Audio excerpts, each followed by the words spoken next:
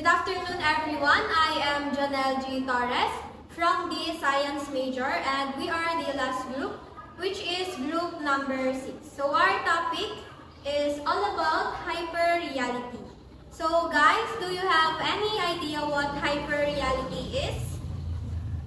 So I guess wala. So let's now proceed.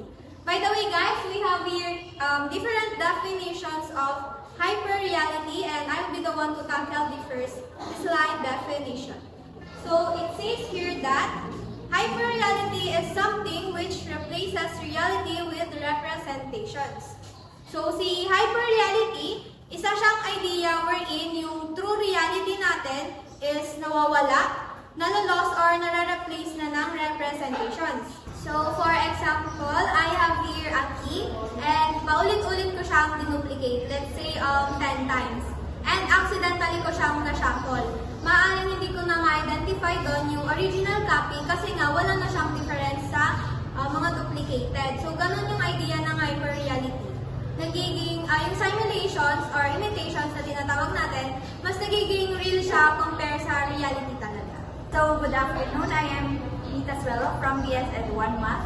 So, magdadagdag lang ako sa definition na binigay ni Ms. Torres kanina about hyperreality. Sabi niya dito, in semiotics and postmodernism, hyperreality is an inability of consciousness to distinguish reality from a simulation of reality. So, sa hyperreality, hindi na natin, we're not already able to distinguish kung saan ang tama or reality mula dun sa nagkukunwaring reality. And sabi niya dito, in technologically advanced postmodern society, so dahil na rin sa mga teknolohiya na meron tayo sa panahon ito. So next, sabi niya dito, illusion is no longer possible because real is no longer possible. So hindi na natin masasabing merong illusion kasi yung mismong katotohanan is hindi na din posible. So yun yung payanagdag ko para sa definition ng hyperreality. Good afternoon, everyone. Good afternoon, ma'am. My name is Faith Alice Muhammad, and I'm from BS Ed Science. So, one example of hyperreality is Disneyland, wherein dito sa Disneyland, makikita natin yung mga hindi katotohanan, wherein the castles, the fairy tales characters. And one example of these are the princess, yung mga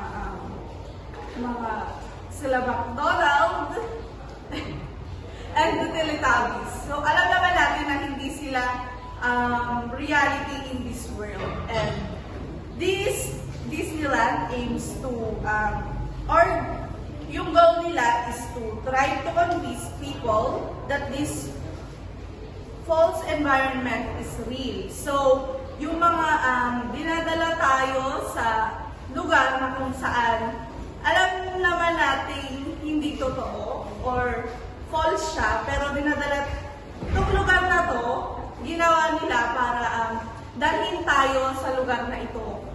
Para pamulat sa atin na totoo ito, pero sa realidad is hindi naman talaga ito totoo. So, yun ang example ng hyperreality ang Disneyland. Thank you. So good afternoon, everyone. I am Brano Niki Valdez from BS Ed 1 Math. So the second example is crown. Bakit nga ba crown? Ang crown ay ginawa dati para suot-suot, gawa-gawa lang ng mga tao. Pero ngayon, kapag nakakakita na tayo ng nakasuot ng crown, for example, Harry and Reyna, nung una natin naiisip. Diba, leader or namumuno. Bakit? Kasi ang crown ay nagsisimbolo ng kapangyarihan, autoridad, and soberanya.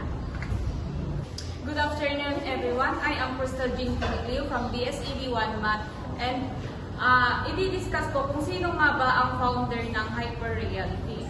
So, si John Baudrillard is a French sociologist, cultural theorist, and sharp critic of contemporary society, culture, and thought. He was born on July 27, 1929 and died on March 6, 2007 at the age of 78. known for his analysis of media, contemporary culture, and technological communication, as well as his formulation of concepts of hyperreality. Good day everyone, I am Lazel Pisaluman from BS Ed 1 Science. So let's move on to the four basic historic phase of the science. The first one is there is truth, a basic reality which is faithfully represented. So here it represents the monotony and the repetitiveness of life. For example, yung routine natin sa buhay natin sa pang-araw-araw. Kunyari, kain, tulog, gising, kain, tulog, gising. Yun ay isang example ng monotony and the repetitiveness of life. The second one is the reality exists but is distorted in representation. Ang buhay daw natin ang buhay sa katotohanan ay malungkot at nakakapagod. Pero it was presented in a glamorized and romanticized image. For example, yung kapag yung artist gumawa ng isang arts, inilalabas nila yung sa loobin nila through arts. So, good afternoon everyone. I am Hyla Eden P. Santos from BS Ed Science. So, my report is just a continuation of the four basic historic phases of the science. So, first, reality does not exist, but its fact is hidden through representation that phase of reality. So, it means what is shown is not the reality, but it has no connection with the reality. So, the word here, reality does not exist, means there is no fixed, there is no permanent, and it does not exist independently. So, in vice versa, it cannot exist through her own or through his own, so it is dependent from one another. And the word here, this fact is hidden through representation, so it means that our belief, perception, ideas, perspectives is created through understanding the reality. And it is not aligned to the ultimate truth. So, what do we mean by phase reality? Any guess? So, yon. Ang phase is, hindi, kumbaga parang false siya, parang false idea sa reality. Kumbaga, gumagawa ka ng sarili mong reality. And we have example here, social media. And ang example ko dito is sa mga My Day or stories, diba? Kalimitan, nagma-My Day tayo ng mga foods na kung saan masasarap. And in reality, ang alam natin, mayaman sila, ganyan, kasi sarap yung mga mina-My Day niya, kinakain niya. But in reality, hindi pala. Kumbaga, for the crowd lang ay parang gumagawa lang siya ng way para maging famous, gano'n. Kumbaga, gumagawa siya ng sarili niyang istorya. And another example is this photo. Ito. That photo, kung makita niyo ito sa social media years ago, siya yung, mayroong sensitivity ito. Parang siya yung nag-suicidal. Yung pinakita kong picture is, picture niya hours ago, bago siya nag-suicide. Parang, in conclusion, hindi lahat ng nakikita natin sa kanya ay parang yun yung pagkatao niya, yun yung totoo. Kumbaga, kumbaga parang ito yung concept ni George Mead na I and me. Yung I, siya yun, and yung me is yung nakikita ng iba. Kumbaga, yung nakikita mo, yun yung me niya, and then yung I niya, yung pagkatao niya sa loob. Next, number 4, there is no relationship between the reality and representation because there is no real to reflect. So it means that there is no relationship between reality. So it means parang yung illusion natin is parang yun yung nagiging reality. Parang kadugtong lang siya netong first.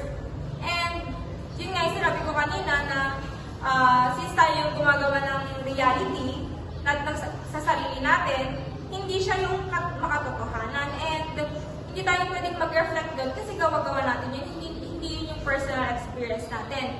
Example natin is yung VR box games. Kung alam mo yung nilalagay sa mata and meron kang papanoodin or parang video game kung saan parang na-experience mo yung hindi mo ma-experience kumbaga. Parang gumagawa tayo ng sarili nating reality. And yun lang po. Thank you. The age of hyperreal, the image or simulation dominates. Bakit nga ba nasabing laganap ang hyperreality ngayon kumpara noon? Unlike nung premodernism, wherein ang cultures nila in-express nila through arts or theaters. Walang TV, walang social media, walang internet, walang social media platforms. Ngayon laganap ang media. Media today does not merely present things to us, they create. Almost everyone of us has the access to media nowadays. And media is the main source of hyperreality. In postmodernism societies, individuals achieve self-identity through prestige symbol that they consume. So, another factor ng paglaganap ng hyperreality is the idea of consumerism. Nowadays, we buy what we are told we need and we buy what everyone else has. Ngayon, mas pinapalagan ng tao ang exchange value kaysa sa sign value. Ano nga ba ang ibig sabihin nito? Ngayon, mas pinapalagan ng tao yung papuri, status, or comments ng mga tao sa kanila upon voting that thing. For Baudrillard, the entire society is organized among consumption and display of commodities through which individual gain prestige, identity, and standing. In the hyperreal age, the more na nagmamayari ka ng mga branded na gamit like mga bags, shoes, or mamahaling sasakyan, the more na mas mataas yung status mo sa society, the more na mas mataas yung tingin sa'yo ng ibang tao kumpara sa kanila. The more prestigious one's commodities, the higher one's standing in the realm of sign value. Kaya ngayon, sa kagustuhan ng ibang tao na makatanggap ng ganong status or papuri galing sa ibang tao, mas pinipili nilang bumili ng mga fake na bags or fake na shoes to get that status in the society. Third factor of hyperrealism is the popular culture. Kung ano yung sikat, kung ano yung mas pinapaniwalaan ng mas madaming tao, that is the one that we perceive as a reality. Example nito is yung Disneyland, yung an example kanina ni Chikaina. Bakit nga ba ginawang example ng hyperreality ang Disneyland? Ang Disneyland kasi totoo siya in a way na may legitimate history siya. Pero it's representation of a place where everyone is happy, where a place where joy and youth is found does not exist. Ilan din sa mga hyperreality na makikita natin nowadays sa social media is yung mga manipulated images. Ngayon, laganap ang mga edited na pictures ng isang tao, ng lugar, ng isang bagay na hindi naman talaga totoo or does not even represent what was real. Mga filtered news. May mga biased news nowadays na pinapalabas or mga fake news. Laganap din ang fake news ngayon. Kaya di natin ma-distinguish kung alin dito yung totoo and alin yung hindi. And yung mga biased narratives. May mga bias na kwento about sa isang tao na pinapalabas, and yun yung mas pinapaniwalaan ng tao without knowing what the reality is, kung ano talaga yung totoo about sa taong iyon. In the hyperreal age, what mattered in this new world is not what was real and material, but what was represented as science. Nowadays, the version of reality social media offers begins to feel real than our everyday experiences. I also want to discuss the effects or influence of hyperreality in some aspects. In the aspect of politics, paano nga ba naapektuhan ng hyperreality ang aspeto ng politika? Example nito is during the campaign period of the political candidates. Noon, laganap yung mga pictures, videos, kwentos about sa kanila sa social media. And yung mga informations na galing sa mga ito is hindi tugma sa isa't isa. Kaya nalilito tayo kung na-distinguish kung saan dito yung totoo and saan dito yung hindi. It affects the larger scope of society by voting. Mas binoboto ng tao kung sino yung sikat, mas binoto ng tao yung napanood nila without really knowing what that personality is. In the aspect of art, nowadays art starts to mimic the mimics. Unlike nung art noon wherein ang ibig sabihin ng mga objects na pinipaint or dinodraw nila is literally the meaning of that thing. Example, pag nagdrawing sila ng puno, that tree literally means yung tree na puno talaga. Ngayon, laganap ang abstract art wherein ang ibig sabihin ng mga objects sa isang arts is base sa point of view ng painter at ng mga viewer ng art na iyon. Example of this art is the painting of Andy Warhol entitled Soup Cans, wherein ang soup cans na ito is not literally means na yung soup cans talaga. This soup cans represents his devotion sa isang soup restaurant na kinakainan niya. In the aspect of ethics, na apektuhan ng hyperreality ang pagtingin natin sa kung ano yung tamang gawin or maling gawain. Example ito is yung paglaganap or the rise of cancel culture. Ngayon, nanonormalize na ang pang-judge sa tao based lamang sa isang tweet, based lamang sa isang snippet of a video, or a quote taken out of context. Before I end my report, I want to give you questions to ponder. The first question, does our time spent in front of screens change how we interact with what we call reality? The second question, have you ever wondered whether what you're experiencing is real or just a perfectly crafted illusion?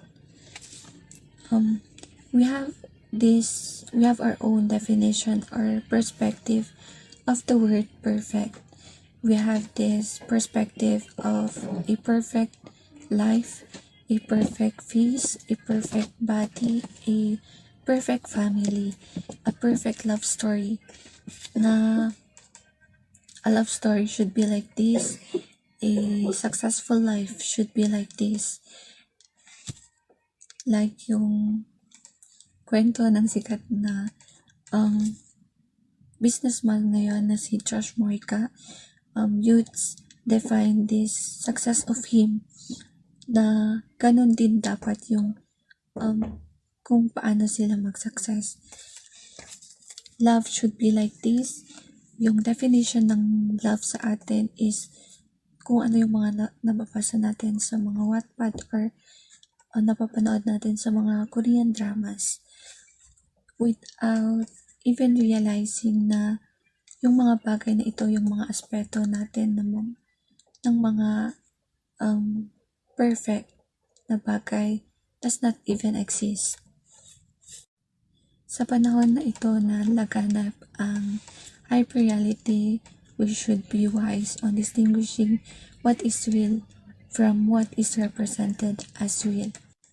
Especially ngayon na laganap ang simulacrum or simulation wherein nare-replace ng representations ang reality. Reality has been replaced by false images to such an extent that one cannot distinguish between the real and the unreal.